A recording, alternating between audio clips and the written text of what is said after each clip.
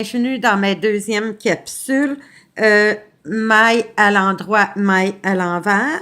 Donc, on va commencer par le travail à l'endroit qui est le plus simple. Donc, toujours vos mailles dans la main gauche et votre aiguille à tricoter dans la main droite.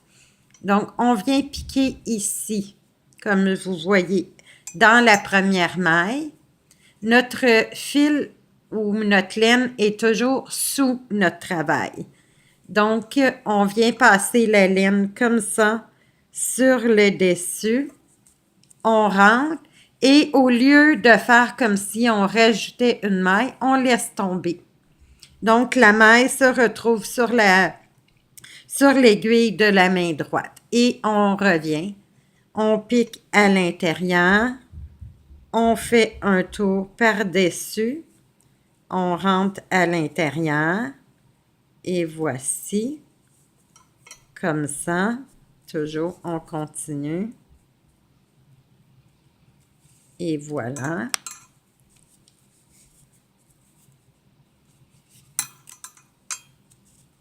Et voilà, comme je vous expliquais dans la capsule précédente, vous allez pouvoir constater que notre maille, on a seulement un demi-point de fait.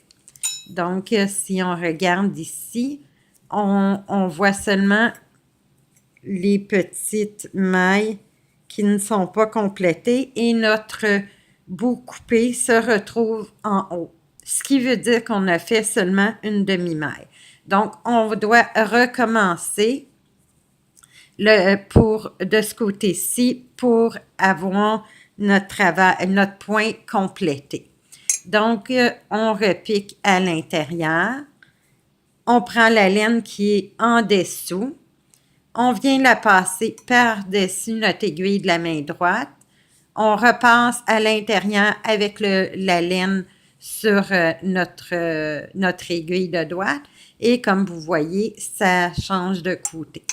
Important à retenir, lorsqu'on tricote, on doit toujours mettre les mailles qui sont à tricoter dans l'aiguille de la main gauche et ceux que nous allons tricoter, que nous sommes présentement en train de tricoter, vont se retrouver sur la main droite lorsqu'on le fait. Et lorsqu'on a terminé comme ceci, on change de main. Voilà pour ça. Là, je vais vous montrer ce que ça donne lorsqu'on fait quelques rangs à l'endroit. Donc, voici, c'est le résultat que ça donne après avoir fait plusieurs rangs. Ça, c'est notre brin de départ qui était coupé. Et ici, moi, j'ai coupé le petit bout, mais ce serait la laine qu'on utilise pour continuer à tricoter. Et comme vous pouvez voir, ici, vous avez les rangs. Ça fait comme des genres de petites bosses en longueur. Pour les compléter, on doit faire, comme je vous dis, 2 fois l'aiguille. Donc, le petit bout ici pour partir. Et il doit revenir ici pour compléter un point complet. Donc, ça, c'est le travail à l'endroit. Je vais maintenant vous montrer comment tricoter à l'envers. Et voilà, toujours avec nos mailles montées.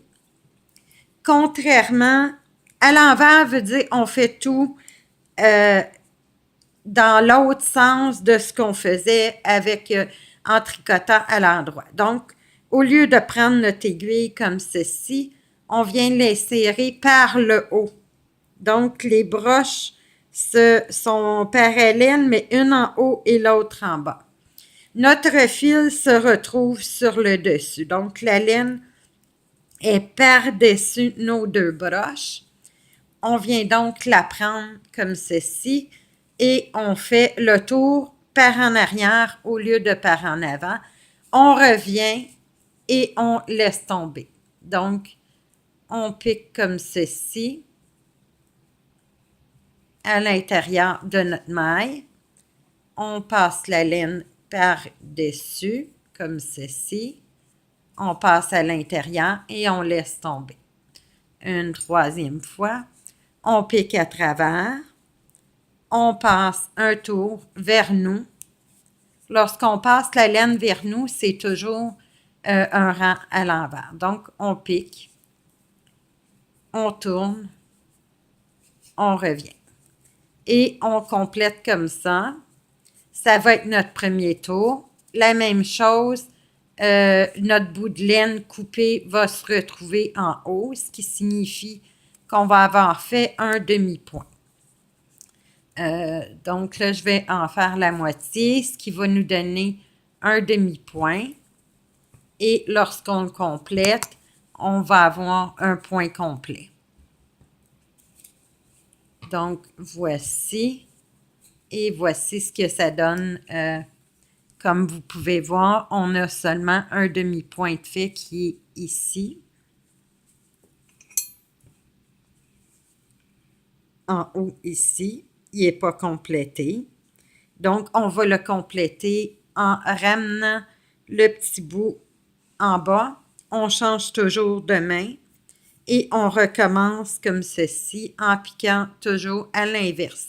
Les aiguilles doivent ne pas être parallèles. Donc, pas comme ceci, mais à l'inverse une de l'autre. On pique à l'intérieur, notre laine sur le dessus. On tourne autour de notre aiguille, on revient à l'intérieur de la maille et on laisse tomber. On continue comme ceci pour la longueur dont on a besoin. Ce que ça va donner comme résultat, je vais vous le montrer dans 2 minutes. Je vais juste terminer mon rang pour vous montrer le point terminé.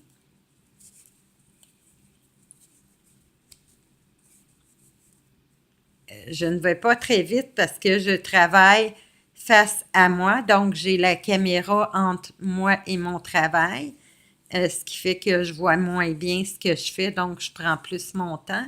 Normalement, je vais plus vite. Moi, je vous conseille pour débuter de prendre de la laine, de faire vos mailles, de vous pratiquer à l'endroit un bout et à l'envers un autre bout. Comme vous voyez ici, j'ai complété mon point. Donc, voici ce que ça donne. Mon point est complété. Donc, on peut continuer notre travail à notre goût. Comme vous voyez ici, ici, j'ai fait plusieurs rangs à l'envers. Comme vous pouvez le constater, à l'envers, à l'endroit, les points sont similaires. Donc, ça donne pas mal le même résultat. La différence est juste que souvent, quand on fait des points à l'envers, ils sont un petit peu plus lousses que ceux à l'endroit. Mais que vous utilisiez une méthode ou l'autre, quand on veut faire un travail qui demande que des mailles à l'endroit ou des mailles à l'envers, que vous preniez une ou l'autre des méthodes, ce n'est pas grave. La seule différence, c'est que moi, je trouve que faire des mailles à l'envers est un petit peu plus compliqué que si vous faites des mailles à l'endroit. Donc, voici pour la capsule maille à l'endroit, maille à l'envers. J'espère que ça a répondu à vos questions. Dans la prochaine capsule, je vais vous montrer comment faire des points jersey. Donc, des mailles à l'endroit et des mailles à l'envers combinées. Donc, à la prochaine.